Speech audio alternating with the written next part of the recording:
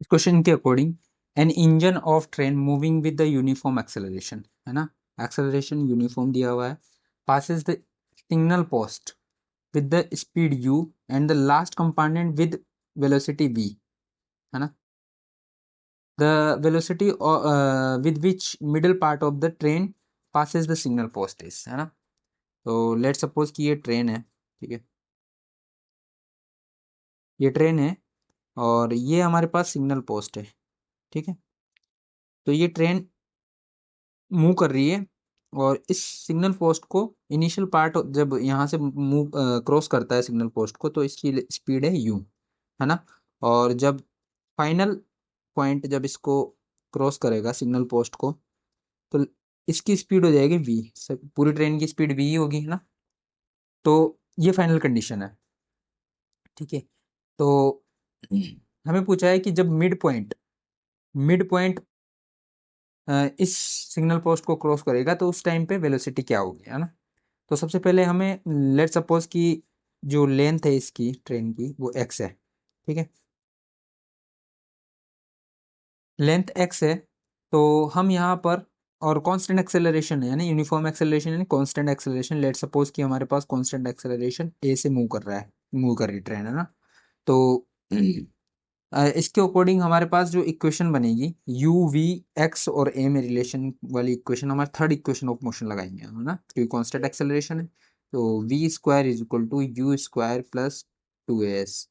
तो v final velocity v है, v square, और इनिशियल u ही है, और 2ax। तो फर्स्ट इक्वेशन तो ये बनी हमारे पास, है ना।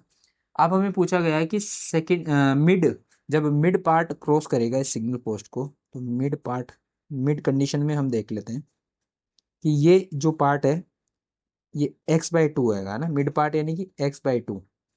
तो इसकी वेलोसिटी क्या होगी, लेट सपोज कि v1 है, तो v1 हमें बेसिकली फाइंड करना है ना। तो v1 के लिए हम देख लेते हैं कि जो फर्स्ट केस है और मिड केस है इसके बीच में इक्वेशन लगेगी हमारे पास, सेम इक्वेशन लगाएंगे, v square is equal to u square plus 2as, है ना।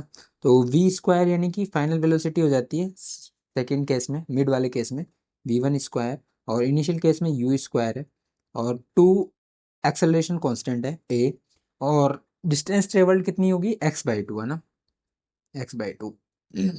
तो यहाँ से 2 कैंसिल आउट हो गया, तो यहाँ से हमारे पास v1 square is equal to u square plus a x. तो ये सेकेंड इक्वेशन हो गए ना। तो ये फर्स्ट इक्वेशन और सेकेंड इक्वेशन के बीच में हमें निकालना है, v1 की वैल्यू निकालनी है ना। a और x हमने एज्यूम किया था ax, तो ax को हम रिमूव कर देते हैं बेसिकली, ठीक है। तो यहाँ से फर्स्ट इक्वेशन से हम ax निकाल सकते हैं, फर्स्ट इक्वेशन से ax क्या होगा, v square minus u square divided by 2, ये हो गया, है ना। तो इस ax की वैल्यू हम इक्वेशन 2 में पुट कर लेते हैं ना। तो यहाँ से v1 square is equal to u square plus ax is equal to v square minus u square divide by 2, ठीक है, इस तरह से। तो यहाँ से अगर इसको सोल्व करें तो v1 की वैल्यू हमें निकालनी है, तो यू स्क्वायर और 2 को दोनों में डिवाइड कर देते हैं, तो half u square plus half b square. तो एक यू स्क्वायर में से आधा यू स्क्वायर गएगा, तो कितना बचेगा, आधा यू स्क्वायर, है ना, प्लस आधा वी स्क्वायर। तो यहाँ से v की वैल्यू क्या आएगी, v1 की value under root of u square plus we square divide by 2। यही ऑप्शन कौन सा मैच हो रहा है हमारे पास, U square plus we square divide by 2। तो ऑप्शन डी ऑप्शन मैच हो रहा है हमारे पास, तो डी ऑप्शन करेक्ट आंसर हो जाएगा।